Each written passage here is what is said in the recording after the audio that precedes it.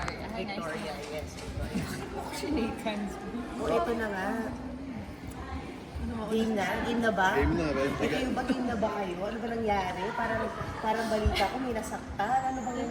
What do you mean? No, it was a very fun experience. Like, akala ko manhid na po ako sa pag-ibig. So you guys are starting out as all, syempre single. Yes, kailangan. Declared single. Super single. Super single? Oh my gosh, talaga ba? But ready to? And then, but ready to, nag-mingle kayo ng malala dito. Super. Super.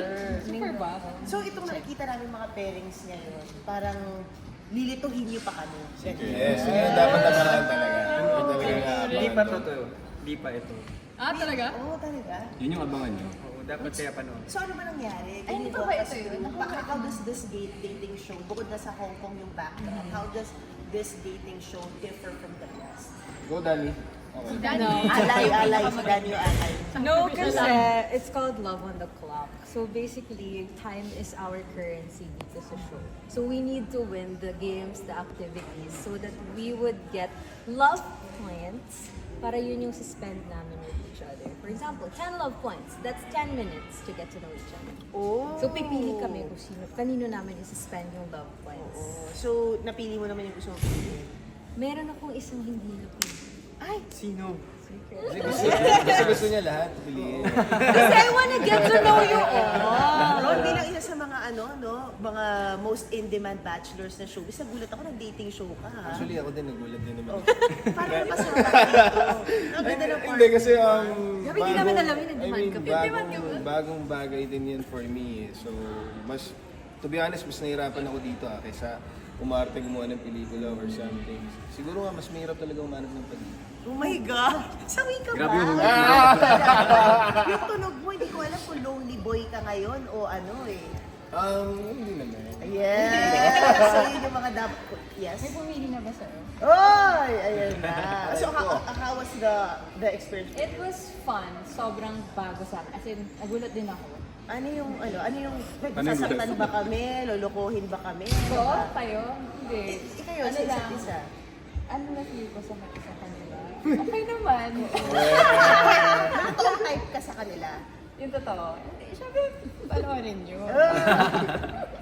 No, but what's the best thing about joining a dating show in this era na pwede ka naman In mag-swipe general, right? I think I got to know myself more. More than anything. Kasi nakahanap ng boyfriend or hindi siya about that entirely. For me, personally, parang I got to know myself more. And I think that's the most important part. Because it's hard to put yourself out there, especially everyone watching. Bango na sinabi ko. Dagdagan mo naman! Hindi, tama yung sinabi niya. Actually, kaya rin ako sumali doon kasi gusto ko rin nakilala yung sarili ko even more. Selfish pala na. Especially sa dating aspect kasi it's been a while since I've last dated. So, How much of a while back? well, I just came from a breakup kasi. So, How I haven't long put are you in a myself on it. relationship? 6 years. Ang tagal din. Tagal din. No, because you were saying that you didn't know if you would really be loved and you came from a long-term relationship. Yes. I always believe in love naman. Hindi ka nawala ng pag-asa. Hindi ako nawala ng pag-asa. Lover boy. I'm a lover boy. Yeah. And of course, Hong Kong as the backdrop. How would it make it more romantic? Or flirty? Sa'yo nakatutok yung camera. Sa akin ang mahirap. I guess kasi Hong Kong is a very different scenery. It's really a good place to be romantic, I guess. And the challenges, how can you describe the Oh, challenges? she loved the Oh, challenges. I love the challenge so Yes. much. I'm a very competitive person, so I made sure I win. Yun ang you want. Secret!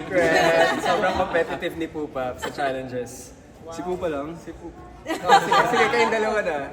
Sorry. So, meron ba dito nagkatuloy? Secret! Fine, I'll end there. Thank you so much, guys. Thank you. So that was it. Parang, how many challenges did you have?